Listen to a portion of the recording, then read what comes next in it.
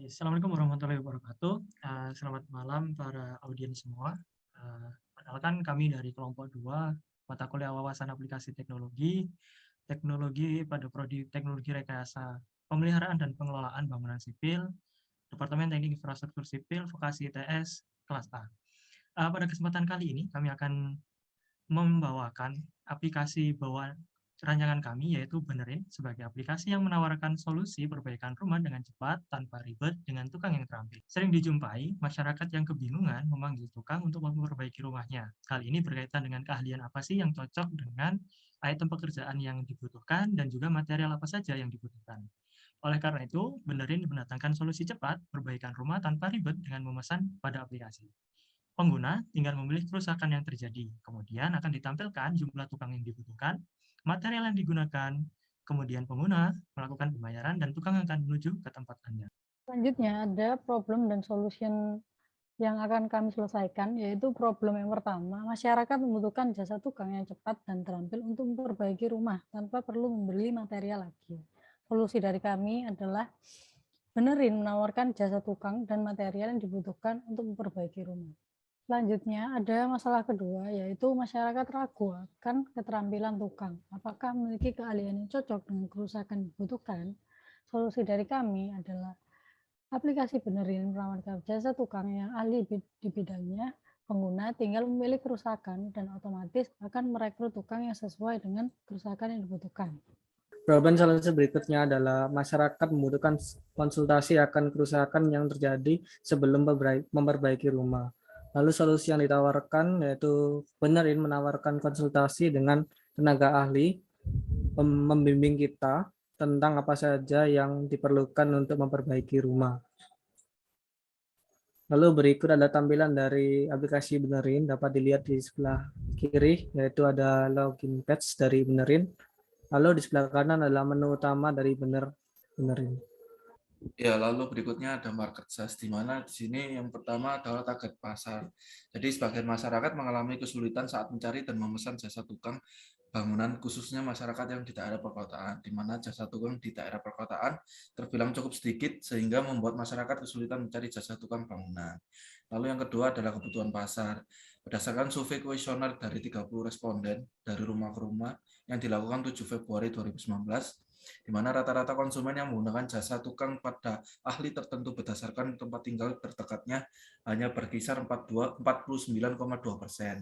Responden yang percaya terhadap profesionalitas kerjanya.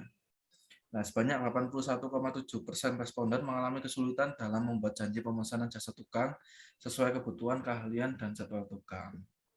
Ya, berikut adalah simple business model dari aplikasi Benerin.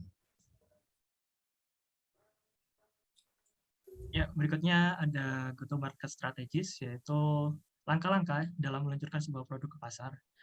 Benerin menargetkan pasar yaitu masyarakat Indonesia yang sedang ingin merenovasi atau membangun rumah.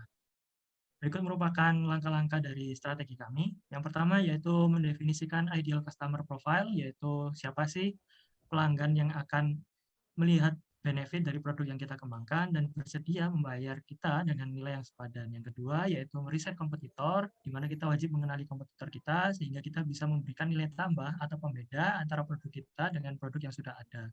Yang ketiga yaitu menentukan target.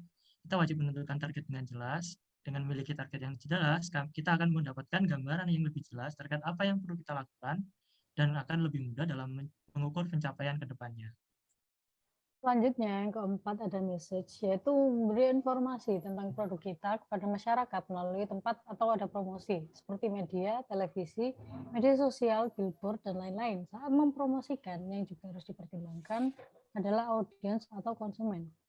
Selanjutnya adalah menentukan taktik. Menjangkau customer memerlukan taktik yang tepat. Untuk itu, baik dari data, strategi, marketing, content plan, maupun partnership harus disiapkan.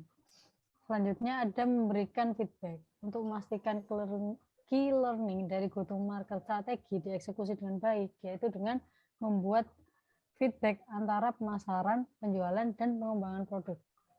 Kompetitor Benerin, jadi setiap produk atau layanan yang ditawarkan oleh perusahaan di wilayah atau produk apapun yang secara langsung atau tidak langsung bersaing dengan atau secara substansial mirip dengan produk atau layanan tersebut. Di sini kami menemukan yaitu sebuah website kanggu.in. Website ini serupa dengan dengan aplikasi kami, aplikasi Benerin, yaitu dengan memberikan layanan jasa tukang yang akan datang ke rumah-rumah apabila customer membutuhkan. Lalu nilai tambah atau pembeda dari aplikasi Benerin, yaitu praktis. Berupa aplikasi mobile, interaksinya lebih nyaman dan menyenangkan, menu yang responsif, serta dapat melakukan tracking posisi atau memberikan promo berdasarkan lokasi. Adanya fitur push notifikasi yang mempermudah memberikan informasi terbaru meskipun aplikasi sedang tidak hidup. Adanya fitur push notifikasi yang memudahkan memberikan informasi terbaru meskipun aplikasi sedang tidak hidup. Hal ini mempermudah penggunaan supaya tetap update tanpa membuka aplikasi, serta dapat dijalankan ketika offline tanpa internet. Layanan jasa yang menggunakan aplikasi smartphone Android cukup banyak, seperti melakukan pemesanan makanan, jasa transportasi, dan jasa pengiriman barang. Contohnya seperti aplikasi Gojek, Grab, dan JNT. Lalu ini adalah tim member dari Benerin, yaitu Muhammad Fikri Nadis sebagai founder CEO Benerin. Lalu ada Florian Dewantara Setiawan sebagai CFO Benerin. Lalu Anasya Fazana Diva sebagai CCO Benerin. Kemudian saya sendiri sebagai CTO Benerin. Lalu selanjutnya adalah rencana pendanaan. Nah, dari beberapa material yang kita butuhkan, jadi ditemukan untuk total keseluruhan dana yang kita perlukan adalah kurang lebih 11.700.000. Ya, sekian presentasi yang dapat kami sampaikan, kurang lebihnya mohon maaf. Wassalamualaikum warahmatullahi wabarakatuh.